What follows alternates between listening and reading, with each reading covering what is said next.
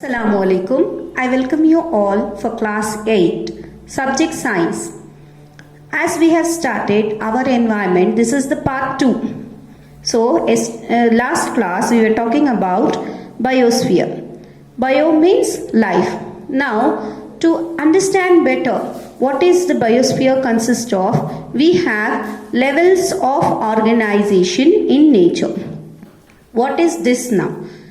This is nothing but they have grouped in each thing to make it understand better and learn better.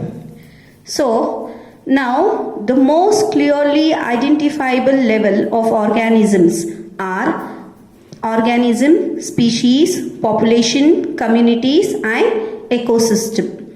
Here you can see they have grouped so that it will be easier for us to learn. So we will start with the organism. Any single individual organism, or any form of life is called an organism. Individual one, it is an organism. A variety of organisms are found on the planet Earth, for a single cell amoeba to humans, and from microscopic bacteria to huge banyan tree. An organism represents an individual member of the next level called species. So, single is organism. A group of organisms will together is known as species. Now, species is, what are species now? A group of similar organisms sharing common genetic structure. It means it should be of same type. For example, cats is one type of species, dogs are the other species, then human being belongs to other species. Okay, single is an organism. A group of organisms of the same common genetic structure is known as species. Human beings belong to the species known as sapiens. These are the scientific names of human beings is known as sapiens. Dogs are known as familiaris. Then pea plants is sativum. Okay, pea plants species is known as sativum. This names is given so that the whole world, once we say sapiens, the whole world should understand those are human beings. Okay, so that the scientific names are given. Then coming to the next, what we have next is population. What is the meaning of population? A group of individuals belonging to the same species occupying a given area at a given time is called population. Right? What is population means? At a given place, area and the given time is known as population. You are familiar. What is the population of Bangalore? Right? Like that we say, means a group of species staying in a given area at a given time. Then coming to the next, area will have population of different species of plants, animals and other organisms. Do we have only human beings in one place? No. We have plants also, animals also living together. All these different population together constitute a biotic community. Members of community interact with each other. The community as a whole will be interacting with the non-living components. Such unit in nature where there is an interaction between living and non-living components is known as ecosystem. Ecosystem forms the basic unit of environmental science. Now, biotic means living organisms. Abiotic components means what? Non-living. As you can see here, abiotic components are air, light, soil. Biotic components means plants, animals, bacteria, fungi, etc. Okay. Biotic, living organism. Abiotic, non-living, but they both interact each other and they stay in same place is known as ecosystem. Okay, where we are living is our ecosystem. Okay, In which ecosystem we are living? We are aquatic or terrestrial? We are terrestrial, right? We live on the land, therefore terrestrial. There are two types of ecosystem. One is aquatic ecosystem because it is in water. Aquatic means water animals, everything that is aquatic. Terrestrial means which live on the land. Two types of ecosystem. Ecosystem forms the basic unit of environmental science.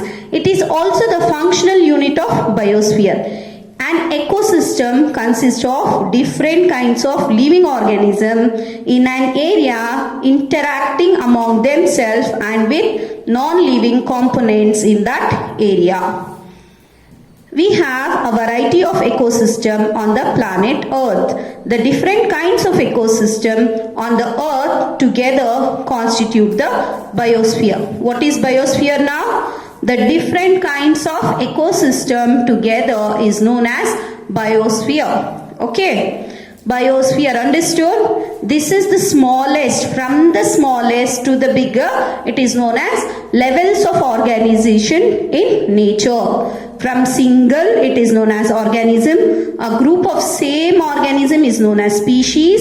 Species living together in given area at given time is known as population. Then population will be having biotic community and abiotic community. Together forms interaction between together forms the ecosystem. There are different types of ecosystem. Together it is known as biosphere. Clear? Okay. The next, as I said you, there are two types of ecosystem. Aquatic ecosystem and terrestrial ecosystem. Further, we have components of ecosystem. Components of ecosystem are abiotic components and biotic components. Then next, what are autotrophs? Autotrophs means the plants which prepare their own food. Okay, the plants which prepare their own food, the green plants are known as autotrophs. Autotrophs only are the producers. Autotrophs only are the producers. Why we say producers? Because they make their own food for all the living organism. Who is preparing the food? That is autotrophs. Directly or indirectly, we are depending on the plants for our food. Okay, so it is known as producers.